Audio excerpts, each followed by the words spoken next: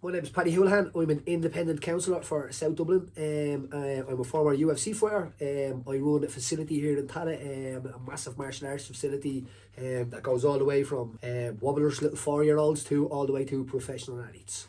I'm just going to start off by saying, first of all, I've been following your journey through MMA, through social media, and the one thing that comes across to me is the passion. Anything you get into, you have so much passion. Where does that come from? Where did you build that from? I think that's kind of it's my culture as well. I think, you know what I mean. I think Irish people and Irish spirit is passionate. You know, maybe not so much anymore. But definitely comes from me the idea is I live every single day. You know, people say you only live once. You don't. You live every single day. You only die once. So I put everything I can into every single day. You know, it's not about what you yield. It's the amount of seeds that you plant in a day, and then your yield comes. You know, so I love that. I get up and I go for it. And going back to MMA, how did you get into MMA? Did you do any sports before that to kind of get into it? Did you do boxing? I kind of did. I called them, like I said, council housing estate sports. You know, I did it all. You know, I played football. I played a little bit of Gaelic. I done rugby. I boxed. I done all sorts of stuff. At the time, I was about 18 years of age. I was still in school, and my girlfriend got pregnant. And I just remember saying, I do not want to be like, I just don't want to walk to school. Like, I just don't want to be like everybody else. You know, Yes. I want what's expected for the stereotype of where I come from or who I am. And I just wanted to make it. You know, I wanted to go to the school gates and my son's friends to go, that's Paddy Houlihan. Yes. And I remember the first time that happened, it was kind of surreal. I made me realise, shit, like this is crazy. You can manifest anything, you know, and that's what it's about for me. So, as I said, I just get after it, and MMA was my ship, and it probably saves my life, you know. And a lot of people around me as well, I've dragged on with me. So who knows what would have happened if that never happened. Obviously, the background you have coming from council estate and being where you are now with this facility, you've done absolutely amazing for yourself. Thank you. Why do you think it's holding so many people back from that, coming from that background? Why do you think they turn into alcohol or drugs? There's a lot of different things at play there. I think the idea of systematic has came around a while. People are understanding what that is. Sometimes the system is set up for you to fail, you know, and there's stereotypes in a way where you believe them stereotypes yourself, you know, and if you believe them, you're a bit of a fool, I think, you know. We all get the same 24 hours in a day, you know. We have a heart in our chest, and we have legs and we have hands, and people before us from every walks of life have been able to make something incredible of themselves. So if you don't see that as a motivation, or you don't see that as a way to be able to do it, well then you might be just be a little bit lazy, you know. Yes. And I understand that other people are going to be working at different levels and different starts. So to me, I say I started in the basement. Some people start on the ground floor. I started a single parent household, grew up in Jobstown. I had hemophilia as well, which is like the only person in the whole country to have factor 13 deficiency. The amount of time I had said, you know, she's not going to make it. She had that blood thing and all. So you're just going to be, and that's it. You need to listen to them voices. You know, if you listen to them voices and you sit there pissing and moaning about it, sometimes probably your own fault. Do you think, you said you had hemophilia there? Hemophilia, yeah. Hemophilia. Do you think when you have something like that, because for me, I'm dyslexic, do you think when you have something like that, it gives you even a bigger purpose to make it or to try and work harder? I think that's a thing of opinion, to be honest. You know, some people will take that and they'll use it as a crutch, and that's the reason why they didn't make it or they can't make it, you know. Yes. Now, what I understand is some people will have real situations or real things in their life that will really hold them back, but to me, I've always used that as like you don't the cards that you get dealt. It's up to you to flip them. It could be a 2 and a 6 that you get, you know, and you've got to look at that person and make it look like 2 aces in your hand, you know. And if you can do that, then the other person doesn't really know, you know. So that's what did Muhammad Ali say, you know what I mean? Pretend you are the world champion and fake it and manifest it until you are, and then you will be. Why do you think it's more important, consistency, discipline, or motivation? Motivation is a fad. A motivation is like a little bottle that runs out and then it's gone. So if you're working off motivation, you're setting yourself up for failure in a way. You've got to set yourself up in dedication. And the idea of dedication means that you're going to do it. You're gonna have another voice in your head that's gonna counteract the other voice that's telling you like, just chill out today. Sure, Netflix and chill, bro. You know, it's Netflix and chill 5 days a week. I see some days off people, you know. Yeah. You should be doing Netflix and chill maybe after 14 days of of being after it, you know. So then you Yes. get a day off, and you have to walk up to them awards. So I walk off dedication. I do, you know. I set my goals, I set my routine, and I get after it, and I don't let anybody in my way. And when you retired from MMA, you're probably at your peak. How have you dealt with that? The fact that you had to stop what you love doing. How did you deal with that? That was a tough time in my life, to be honest. And like, I love to fight. Like, I love the money, obviously, that you get from fighting. But I fought for like €70. I have fought, and then I fought for over €70,000, whatever. You know, the money doesn't really matter to me. I love to fight. And that was a massive part of me that died at that time. So the hooligan is what they would have said.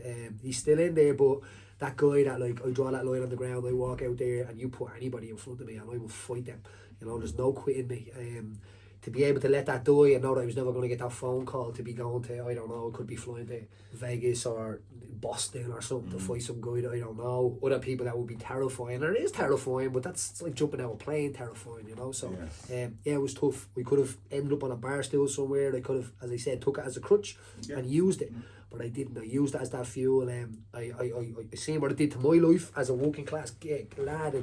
And I knew I could do it for other people, and now we have like 300 people training here, and people in all sorts of life, you know, like coming off addiction. You've got people that are transferring from other sports that they've been world champions to becoming world champions in MMA, and yeah, it's incredible. It really is. But it's not just me. It's a team of people around me. It's my coaches. It's my partner at Chelsea. It's my kids, my housing estate, my community.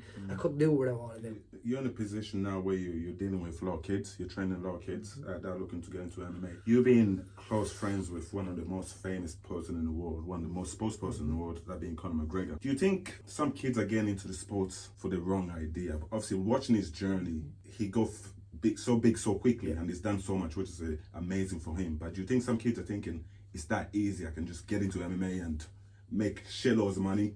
I think that's in everything, to be honest now. I think we live in an instant world. You either like it and you swipe left, or you like it, you swipe right. So we give it a false sense of security if that's how actually it is, you know. And you said it there, and I know you don't mean it like that, but the idea of like of how quick it happens, like I remember Conor driving to the gym in a Fiat Punto, and we had nothing, and he'd be driving around, running around the mass saying, we're going to buy our mum's houses, we're going to be millionaires, we're going to do this. MMA it didn't even exist in Ireland at the time. So you have to really believe, and no one has ever seen that what we have came from, you know, in a way. There's not a lot of footage of it. There's little bits of footage of it, but we came from the dark of it, you know what I mean? It wasn't a massive facility and stuff like that. It was a great facility, and we much appreciate it. But if kids are getting into rap for the wrong reasons, kids are getting into all sorts, getting into YouTube, all this kind of thing for the wrong reasons. If you think of money as your goal, you'll get money, but that's it. You need to shoot past that. If you shoot to like the legacy, you want people to know your name 300 years after your death. That's what I'm after, you know what I mean? And let me tell you one thing: if you don't get money and someone knows you 300 years after your death, you know they're going to. You're going to get money too. So just keep going for it. Money will come. Money comes and it goes. But the only thing that money gets is things. Money only buys things. It can't buy love. It can't buy health. It can't buy these things that you really need in your life. You know what I mean? So, yeah, it's unfortunate that we live in a consumer world, and I feel sorry for the youth because they get shoved under their nose all day that they need this, they need to buy this, and they don't. What's your biggest regret? I don't really have much regrets because I have a lot of failures in things that I've done as well. It's not all success, but I don't regret ever trying, you know. So I don't have a lot of regrets. There's obviously times in my life that I make different decisions and stuff like that, but I always get asked that question, and I don't like regrets weigh tons. Yes. You know what I mean? So I realised that very young at an early age, that if you regret something, it's a ton. It's a weight on your head. You're in bed at night, you know. But so I usually, when something comes my way and I feel I can do it, I can box with that. I go for it, you know, and I go for it with full passion and full commitment. So I don't have a lot of regrets, to be honest. Great answer. Apart from your fiance, your wife, is it? Yeah, Chelsea, my fiance. She's Apart working her way from up. Chelsea, apart from, do you have any kids? I have 4 kids. Apart 4 from Chelsea, beautiful kids. apart from your beautiful kids, what are you most grateful for? I would have just said them straight away. I know. I'm grateful for having an understanding of what's expensive, what's worth money, and what's worth time and all of these things. I'm very, very aware of that stuff, you know. I would give up money for, say, a walk in the mountains with my kids or something like that.